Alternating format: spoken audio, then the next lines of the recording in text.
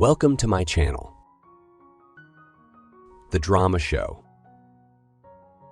Fireworks of My Heart. Hello everyone. So one day, Eksu Kin goes to her family house with her brother Chen.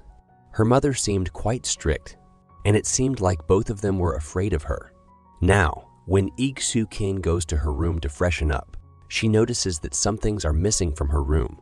Upon seeing this, she becomes very angry and worried, while at the same time, we are shown Song, who had come down from the fire truck, but he had also lost something, and that was the same lighter. That was very dear to him. He had been keeping it safe for 10 years. It had Eksu Kin's photo on it, and over here, Eksu says to her mom, "Where did my wooden sculptures go?" But her mom says to her that keep these useless hobbies aside and do something worthwhile. You became a doctor on your own will. You should have taken care of our family business. I won't tolerate these kinds of hobbies in you anymore. And then, at that moment, Xiao comes to their home, who was Eksu's cousin, and he seemed quite light-hearted and of a funny nature. It seemed that Xiao was quite good friends with Eksu and Chen. Today, Xiao had to have lunch at their house. Chen's mom said to Chen, "You should learn something from Xiao.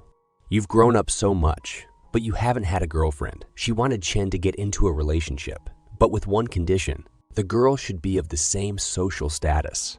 She gives envelopes to Eksu and Chen and says, "Who do you like from these for a blind date? Choose for yourselves."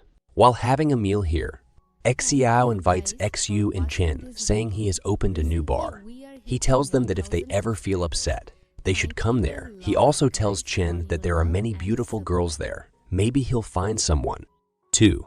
Meanwhile, our hero, poor Song Yan, was checking the trash because he was worried that his lighter might have ended up in it. But Sue arrives and tells him, "Look, you haven't been able to forget it until now. That's why you're still carrying that lighter from 10 years ago." So today, Song also expresses his feelings. Song says that we grew apart because there was a significant difference in our social statuses. I don't believe I'll ever be worthy in her eyes. I worked hard for 10 years, precisely for that reason, because my goal was to be number one in everything, so that when we meet again, I can stand proudly in front of her. But perhaps bridging this social status gap is impossible for me. I can never become worthy in her eyes. Here, Sue gives him advice that if you can't attain her, try to move forward by forgetting her.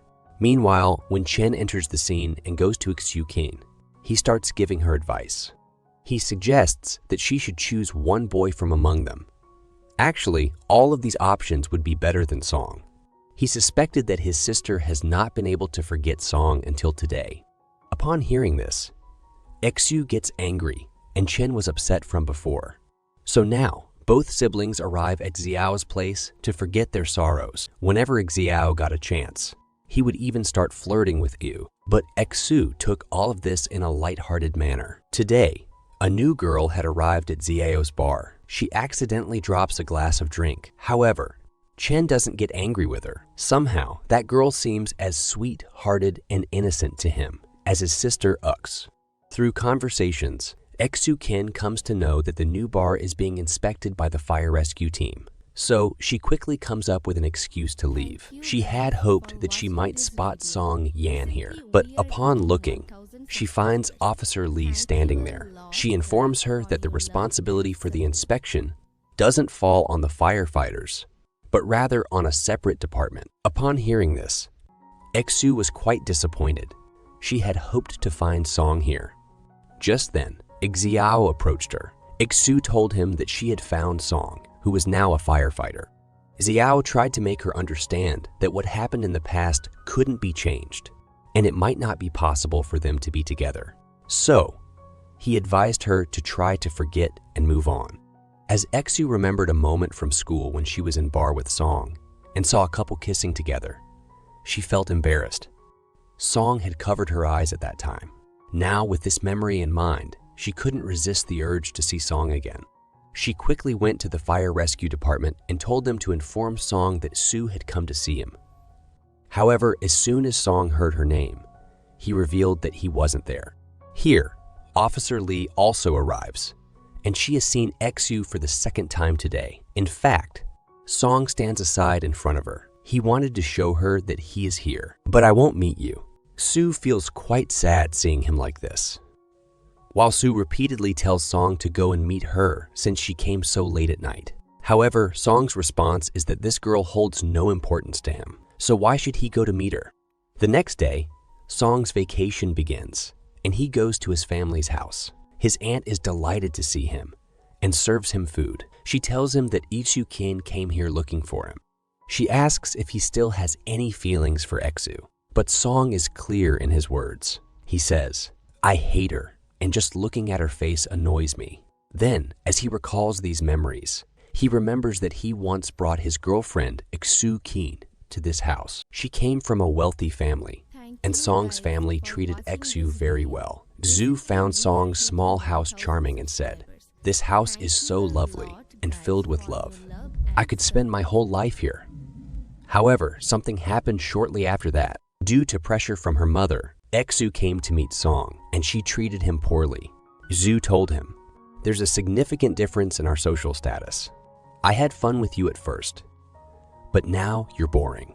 Song understood that Exu's mother was in the nearby car and was forcing her to say these things. What he wanted to convey was, "Please don't bother me anymore. Let me tell you, your small house has more character than my status. So recognize the difference in our statuses and my worth." After saying this, she left, and poor Song chased her car for a while. Seeing all this, Exu cries a lot. Now that Exu couldn't meet Song, he comes to her house and leaves a note on the window, saying, "I'll wait for you in the park." He often waits for her, but she never shows up. Then the scene shifts, and we learn that a heavy rain and storm alert has been issued for the city. Song's vacation ended as soon as it began, and he had to return to work the next day. Meanwhile, there was an emergency at Exu Kin's hospital, and she was heading there. Underneath a bridge, her car gets stuck and all the doors lock. Water starts to fill her car, and she feels like she's going to drown. She doesn't have a hammer in her car, so she calls 119 for rescue. In the meantime, the water is rising rapidly, and she feels like she might drown right there. But then, a glimmer of hope as some firefighters arrive to rescue her. Song shines a torchlight and realizes that it's Exu, his first love. He struggles to get the car out of the pit and eventually breaks the car's windshield to rescue Exu. He's relieved that she's safe and carries her out of the water. Sue had hugged him tightly along the way, but Song tells her not to get too close. Seeing Exu's soaked clothes, Song gets her a jacket. Exu then asks Song if he knew it was her trapped in the car during the rescue. However, Song responds angrily, stating that he would have rescued anyone, even a dog, in the same way. He raises his voice, telling her that she shouldn't have been out during such a heavy storm. But Zhu argues that her profession is similar to his, saving lives. After this exchange, Song just gets into his boat and leaves, while Exu continues on her way.